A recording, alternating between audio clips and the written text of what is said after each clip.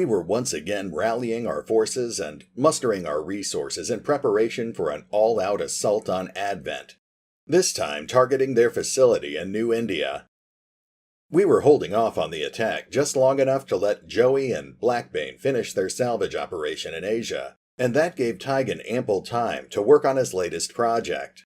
Now that they'd gotten used to using the new shadow chamber, he and Lily were using the new equipment to finally study one of those codex brains we had been stockpiling. They had been at it for a few days by the time Tygan finally called me down to review his latest results.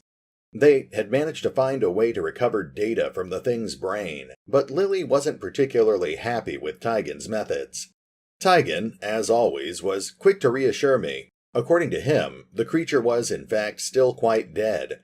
All of its screaming and thrashing around was just the equivalent of post-mortem spasms, a reflexive response caused by the data extraction process.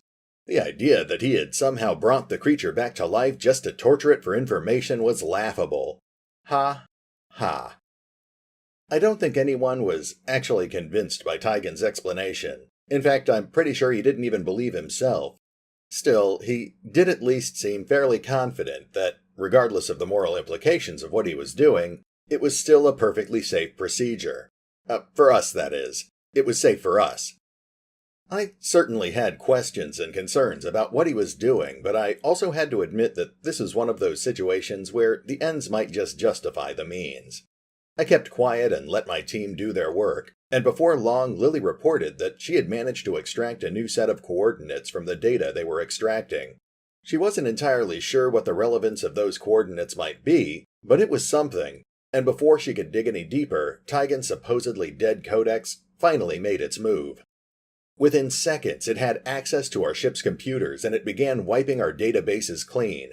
Lily was struggling to contain the damage, but things quickly went from bad to worse as the creature punched right through all of our cybersecurity and began overloading the Avengers' power core. Tygan had been calmly observing the creature's behavior the whole time, and it was only after I demanded that he do something that he finally tapped one of the buttons on his computer console. The creature exploded in a burst of blinding light, taking half the lab with it. In less than a single minute, that thing had destroyed most of our research on the Avatar project, half of our irreplaceable shadow chamber, and it had come within seconds of destroying the Avenger and killing everyone on board. Even worse, Tygan had deliberately waited until the last second, just so he could finish whatever it was that he had been working on. I demanded an explanation, and Tygan calmly explained that he had wanted to finish extracting some more data from the thing's brain before he executed it. He wasn't sure what the data was, but he was certain it had probably been worth the risk. Probably. I think that's about when I began wondering if perhaps Tygan had outlived his usefulness. He was, after all, a former Advent scientist, and I don't think he quite realized just how comfortable I had become with the idea of killing Advent personnel. I hadn't said anything, but both Lily and Tygan must have been frightened by whatever it was that they saw in my eyes, because Lily was quick to run interference. She quietly chastised Tygan and started working on fixing all the damage he had caused. And Tygan? Well, he just left the room as quickly and quietly as possible. I was tempted to go after him, but in the brief moment that Lily had kept me distracted, I had once again managed to repress my emotions. The anger was gone, but the desire to kill was still there, squatting in my brain like some overriding compulsion. I decided it was best to channel that into something a bit more practical than murdering our head researcher, and I quickly moved forward with assembling our team. We'd just have to come back for Joey and Blackbane later, because it was time to hit another Advent facility. This time, our team was going into a somewhat unknown situation. We didn't know if we were going to have to secure the facility or destroy it, because we had no idea what was inside of it. If there was some sort of evidence to recover or a VIP to capture, then Mark and Don would take care of it. If there was someone we needed to assassinate, then Henrik and Potato could certainly handle a little wet work. And, of course, if it turned out we just needed to bring the whole building down, well, Vlad and Demon were more than capable of doing that. I watched the Sky Ranger depart with an odd sense of satisfaction, maybe even exhilaration. I vaguely remembered a time when I had been hesitant to do this sort of thing, sending our men out to murder and steal, but now now it was just business as usual. And, as much as I hated to admit it, I think I was actually starting to enjoy it.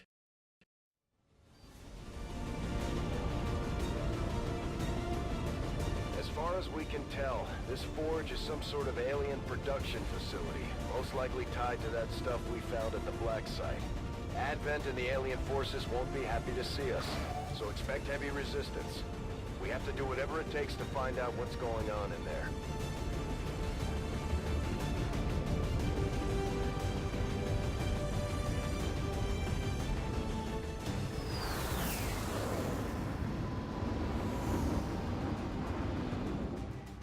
This is Avenger. The facility is in range. Move to investigate.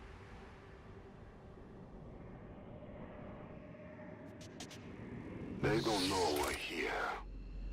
Hey, RetconRaider here, and welcome back to episode 27. Okay. Today we've been tasked with investigating the Forge, another one of the main storyline missions for the campaign. For those of you who haven't actually beaten XCOM 2, this is part of the main game, not one of the new missions added by the War of the Chosen expansion. And our goal is pretty straightforward. We just need to fight our way across the map, get into that facility over there, and then steal a story-relevant plot device. Good copy. Moving on target. Since there's no timer on this mission, that means we can take our time and advance cautiously from cover to cover. But I don't want to take too long. Since this is a story mission, it's going to be slightly longer than average. And I'd rather not have to split this into 2 separate episodes if I can help it.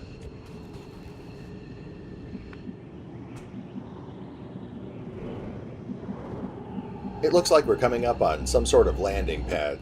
Okay, I'll go. So we're going to need to keep our... Oh, hold on. Wait. Okay, we just got spotted, so it looks like we've lost our stealth.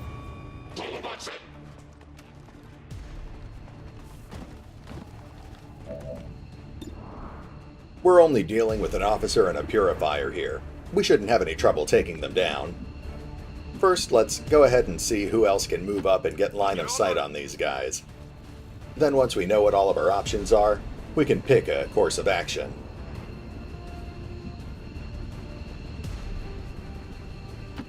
Heading out.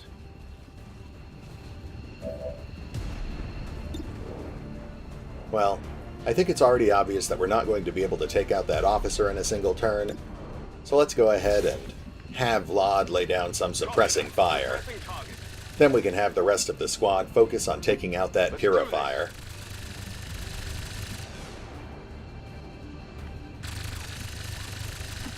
Is it clear? He's at a bit of a tricky angle, but we can start off by hitting him with Henrik. Now, there is a chance this purifier might explode when he dies, but that's fine. Henrik is immune to fire and explosion-based damage, so he should be relatively safe. That took off half the purifier's health, and now we're probably going to end up using parry, just in case we need to draw fire from that officer. But I'll hold off on taking an action just yet, because I might end up using momentum to give him another move action instead. For now, let's go ahead and see if we can finish off this purifier. There we go. Now we just have the officer to deal with.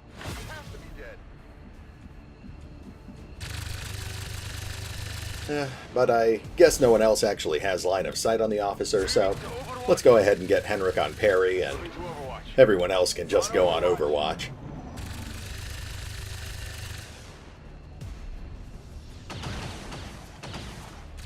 Huh.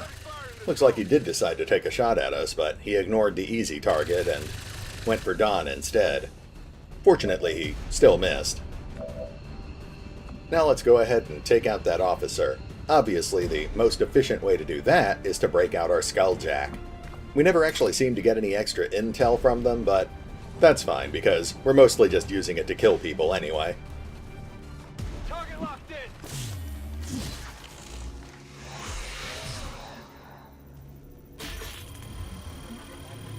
And as I expected, we didn't get any intel, but the officer is dead. So overall, I'd still call that a net gain. This armor's pretty tough. Now let's spend the rest of the turn moving the squad up to that landing pad.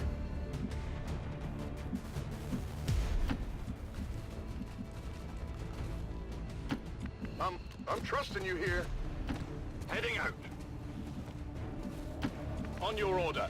Except for Potato.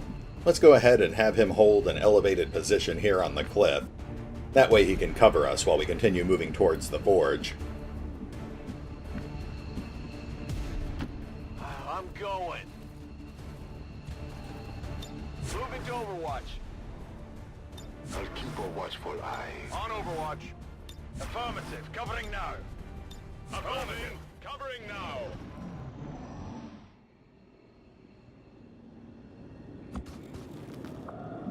It's still pretty quiet, so let's go ahead and keep moving up.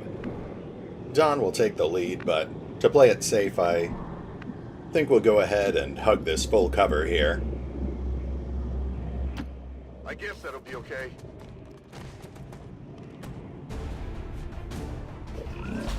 And it looks like we've got a sectopod on the field.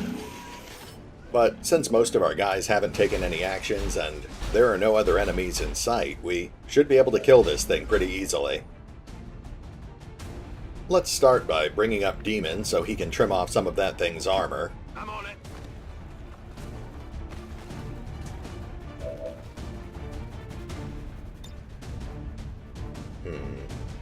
The acid grenade would do extra armor damage, but it would also leave a lingering cloud of acid that would actually end up being right in our way. So let's just hit this thing with a plain old plasma grenade instead.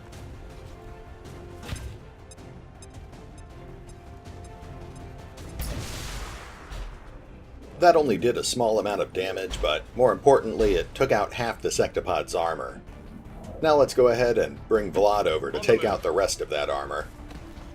In fact, now that I think about it, I probably shouldn't have even wasted that grenade. These guys can trim off armor with their cannons.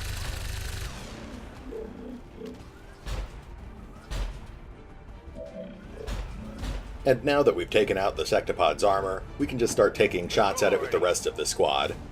They should be able to easily deal out enough damage to destroy this thing before the end of the turn.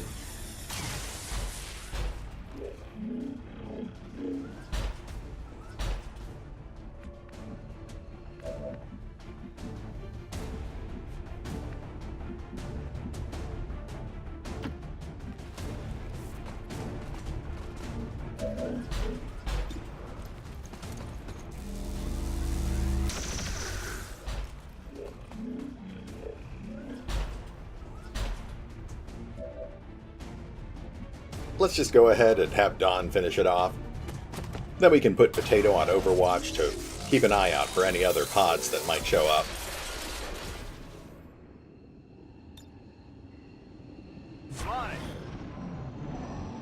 Though we don't want Potato falling too far behind, I'm actually pretty sure we'll have to get to an evac zone at the end of the mission. I wonder what the deal with these glowing crates is. That usually denotes loot or something, but I don't think I can actually interact with these containers. I know we get rewarded with supplies for completing this mission, so maybe that's where the supplies are. Anyway, let's just go ahead and spend the turn moving our squad up. Earlier we saw that there's a chasm splitting the map in half, so we're going to need to start gravitating our guys to one side so they can cross on one of the bridges. I'm on it.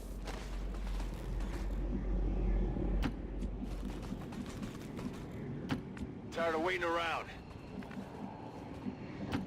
Move, move, move!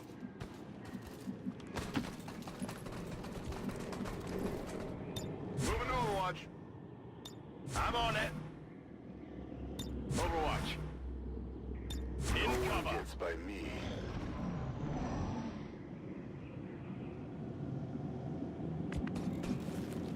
Still nothing.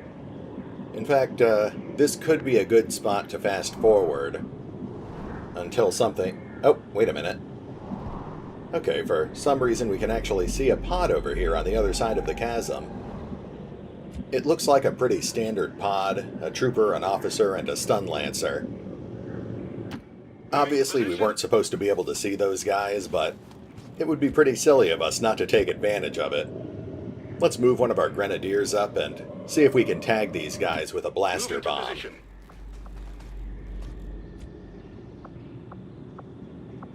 Now, this is a pretty cheesy move, but that's XCOM.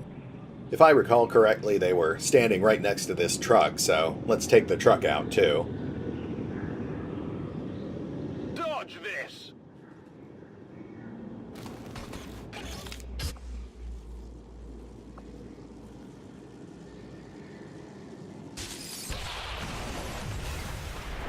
Nice, that took out the Lancer and the... Oh, I guess it wasn't a trooper, it was a purifier.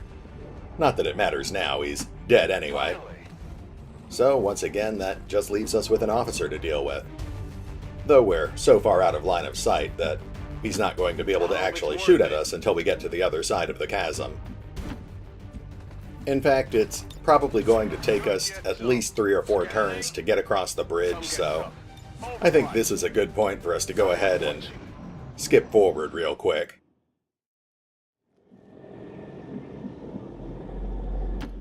I'm trusting you here.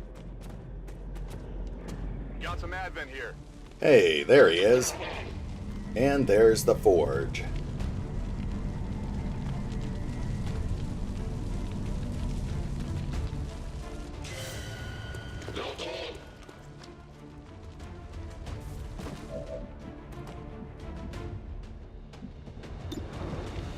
Now, we've just got one badly injured officer between us and the facility, but he is pretty well entrenched under cover there. Let's just start moving our guys up and see if we can take any good shots at him.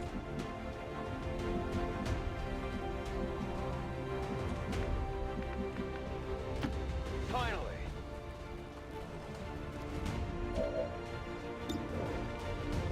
A coin toss, but I guess we can go ahead and take a shot with Mark.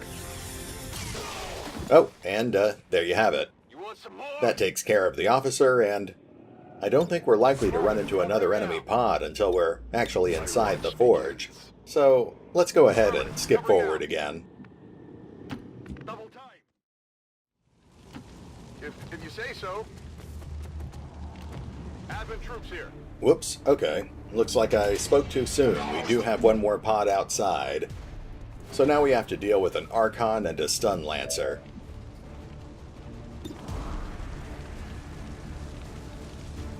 Again, this shouldn't really be a problem. In fact, Don has already killed the Lancer, so that just leaves us with the Archon. And as a bonus, it looks like Hair Trigger just procced, so let's go ahead and take another shot. Actually, let's go ahead and use Run and Gun. Then we can move Don a little closer and give him a much better chance to hit. Though I guess we shouldn't waste Run and Gun if we don't have to. Let's have some of the other guys take some shots first. On the move.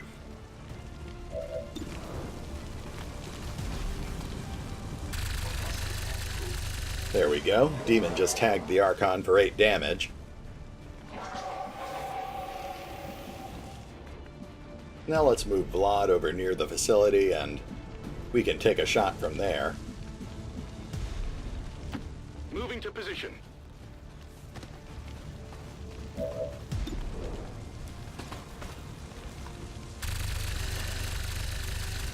Well, okay. He missed, but that's fine. We still have several other attacks we can take. Now let's go ahead and bring Mark over to this burning communication tower, and then he can take a shot. Not bad. That's another solid 9 damage. That thing's so weak at this point that Potato should be able to finish it off with his pistol. What's over there?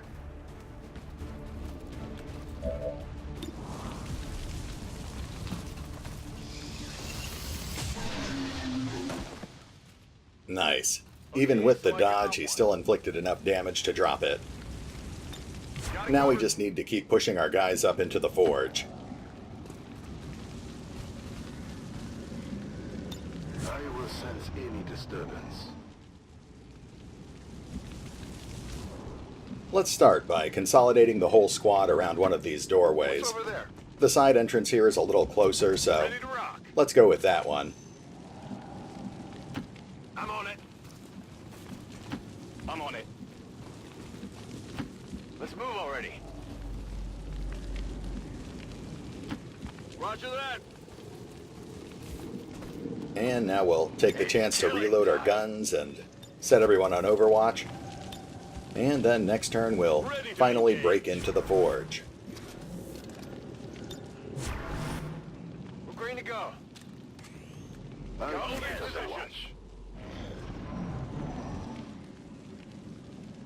Okay, let's get in there. We'll go ahead and have Don lead the way. He'll crack open this door. And it looks clear so far. But I'm sure he'll end up spotting at least one or two pods once we move him up to this corner here. That'll be okay. These aren't civilians. They're Advent. Yes, and judging by the subject's condition, I would say it was recently manufactured. No wonder they just keep coming. Okay, oh, there we go. Looks like we're dealing with a pod of Archons. And there's our Advent plot device. Let's go ahead and clear the Archons out of our way, and then we'll see about wrapping up the mission. Now I'd love to hit these guys with my new toy, the Shredstorm Cannon. That is hands down my favorite heavy weapon. Unfortunately, it doesn't look like we can line up a shot on more than one target, so I don't want to waste it. Let's do something else instead. It doesn't look like Demon's going to be able to line up a shot with his plasma blaster either, so actually, let's bring him up a little closer, then he should be able to do it.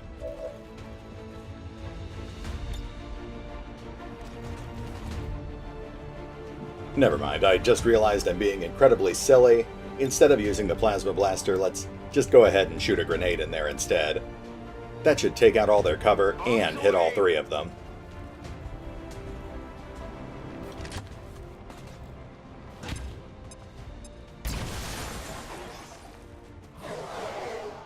There we go. Now everyone should have a nice clear line of sight. I should probably follow up by hitting them with another grenade, but let's take a quick look at some of our other options.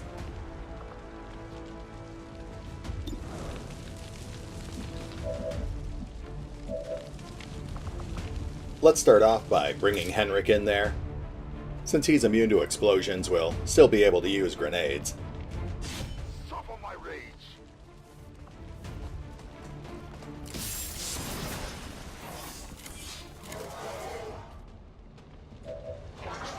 Now let's go ahead and get Don in there too. He'll use his free rage strike. Then he can finish it off with a point-blank shotgun blast.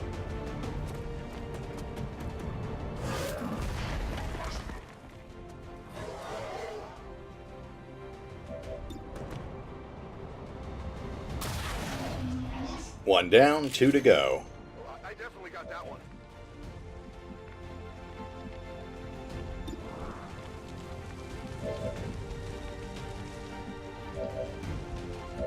Now let's go ahead and have Potato soften one of these things up with lightning hands. No hit, but he can still take another attack.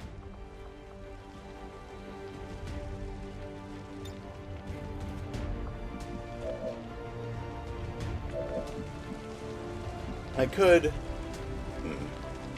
could still hit these things with a grenade, but I'd rather save those if I can. I'm sure we're going to end up dealing with at least one reinforcement pod after this.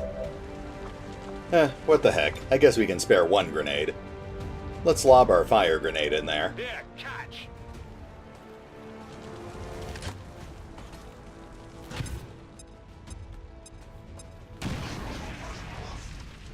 That softened them both up and lit them both on fire, so hopefully that should let us finish them both off before the end of the round. Finally.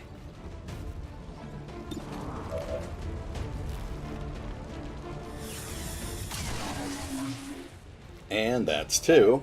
Now, Potato should actually be able to finish off that last one with no problem.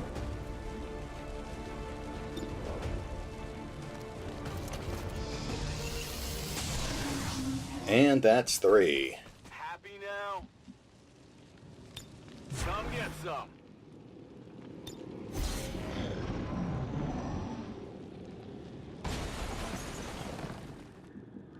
Okay, there was an alien turn, so that means there's at least one more pod on the field somewhere.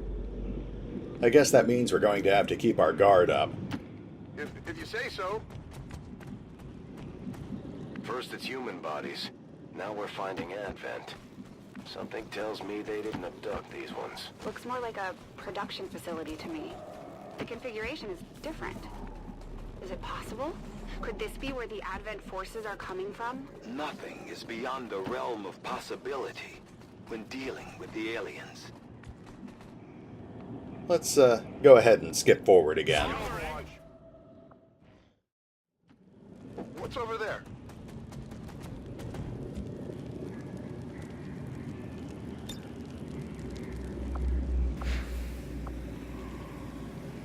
Their numbers increase. How can that be? It's just like the one. Carefully! Preserve the specimen at all costs!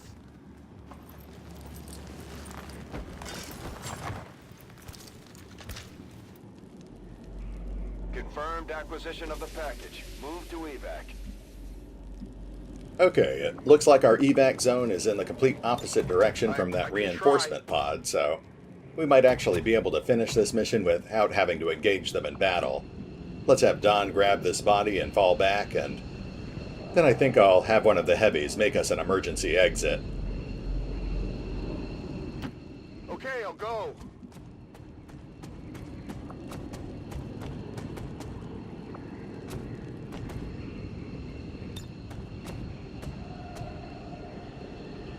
A grenade's actually probably overkill for this, so let's go ahead and punch a hole in the wall with that plasma blaster instead.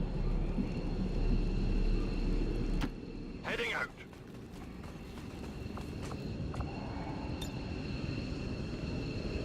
Light them up!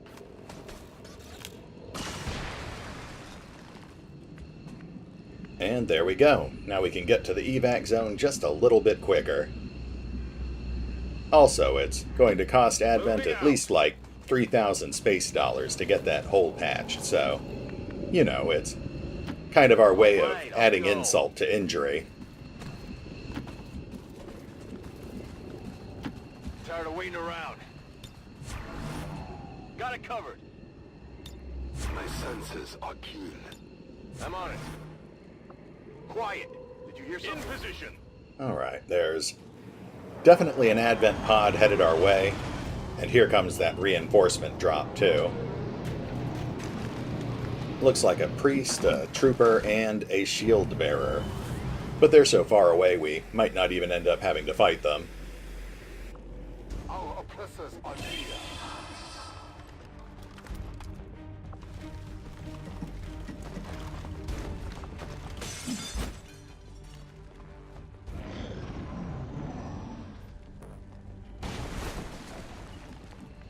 Okay, let's start falling back towards the evac zone. It looks like we won't be able to just sprint up there this turn, so we'll just spend this turn pulling back in an orderly fashion. Though there's not a whole lot of cover to choose from here. I'm on it.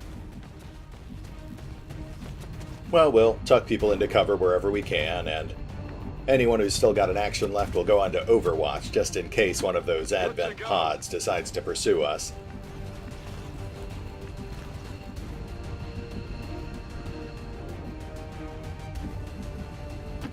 Is it clear?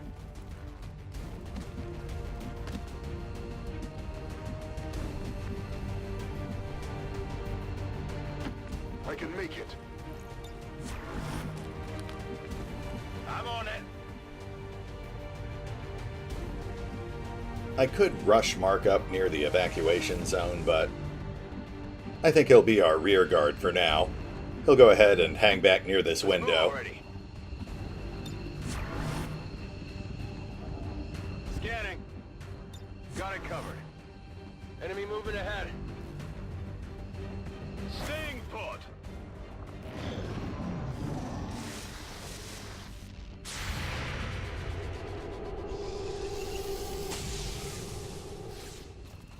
Get it together.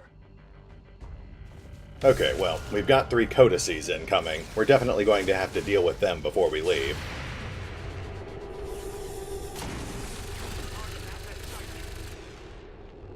Looks like we lucked out and took one out already, but we do still have 2 on the field. Plus, now we've got some loot on the field. I definitely don't want to leave that behind. We're definitely going to need Don for this, so let's have him set down the plot device for now. And now let's have one of our grenadiers soften up those codices. This will double the number of codices on the field, but they'll all be so weak that we should be able to finish them off with 1 shot each. Here, catch!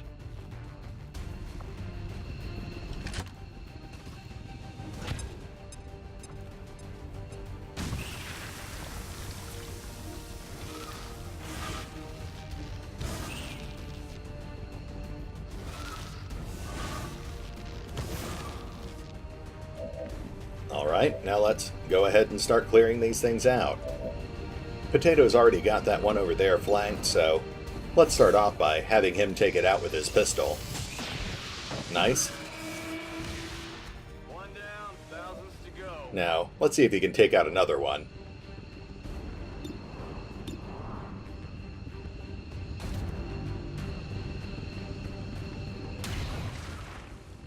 No luck there, but I think he did take out a big chunk of its cover. Let's go ahead and bring Don into a better position. I'm pretty sure he can flank one of those things now. Yeah, there we go. We'll use run and gun to get him behind this tree over here.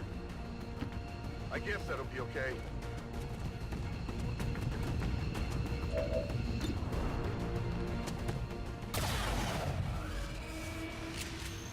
And now we've just got 2 more codices to deal with. The one inside the building is tucked into a pretty defensive position, but that shouldn't be a problem for Henrik. We can have him move in there and take it out with a melee attack, and then he can just use momentum or parry stance to keep himself safe.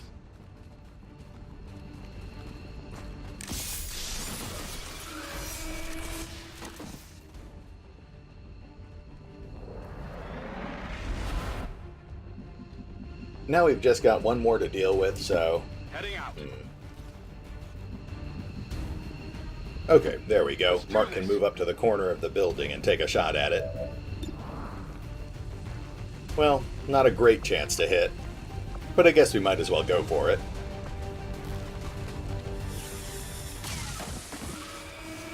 And we're clear. Let's toss Henrik into parry mode, and next turn he can grab that loot. And then I think it's time to get out of here. In fact, let's go ahead and have Vlad scoop up that plot device now.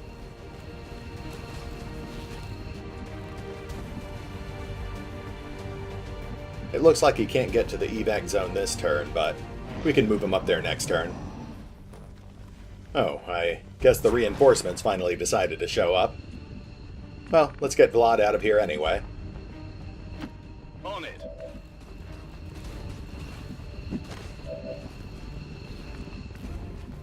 And let's have Henrik grab that loot.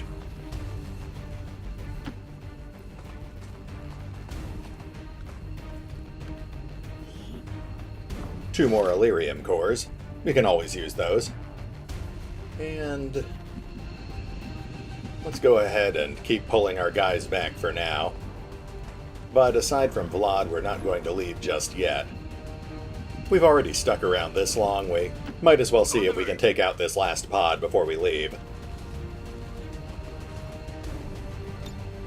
Just in time. Status confirmed. Target package in custody.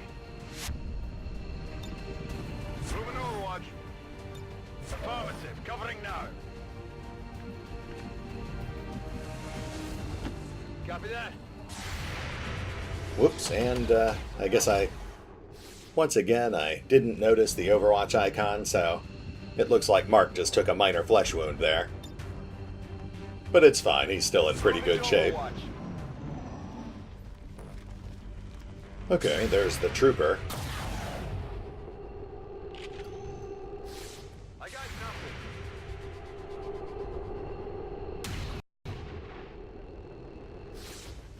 Yeah, No luck with the Overwatch fire, though. Taking heavy fire. You know what? This looks like it's a good opportunity to finally get some use from that Treadstorm cannon. This thing is like a shotgun on steroids. It hits everything in a huge cone-shaped area.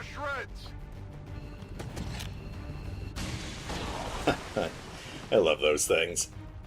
Now we've got open shot, so let's take advantage of it.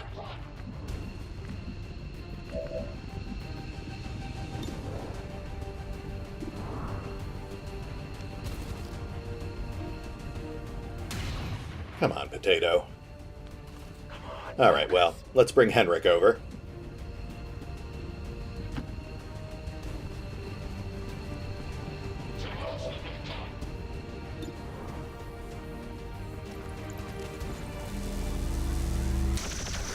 There we go. That takes care of the shield bearer. Now let's, We'll have Demon hold his position, but I think we're going to bring Mark back up. Got it covered. Yeah, he's got a flanking shot on that trooper, so he should be able to finish him off.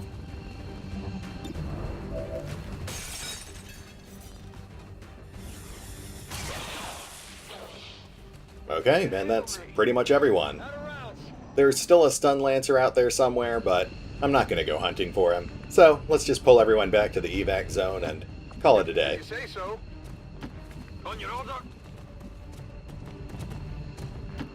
Got it. Rolling out. I can cover it.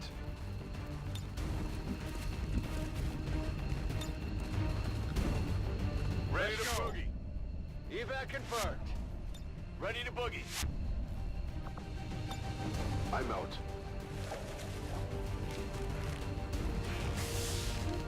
We've got what we came for. Let's get clear of the area.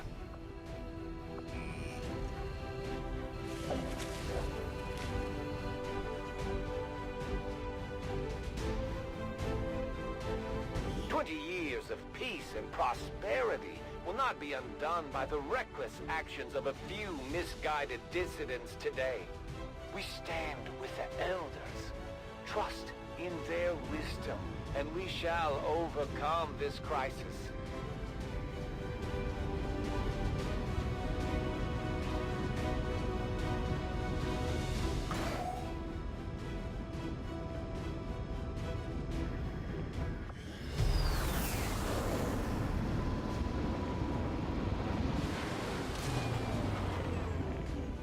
After a mission like that, spirits are going to be high around here. We might have to resupply the bar. Just one promotion, so let's go ahead and give Don Blade Storm. And now we can wrap things up.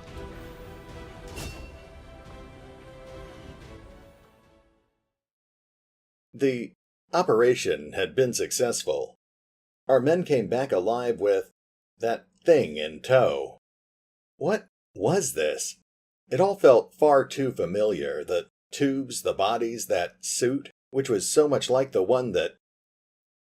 Why did it seem like every time we set out in search of answers, we just ended up with more questions instead?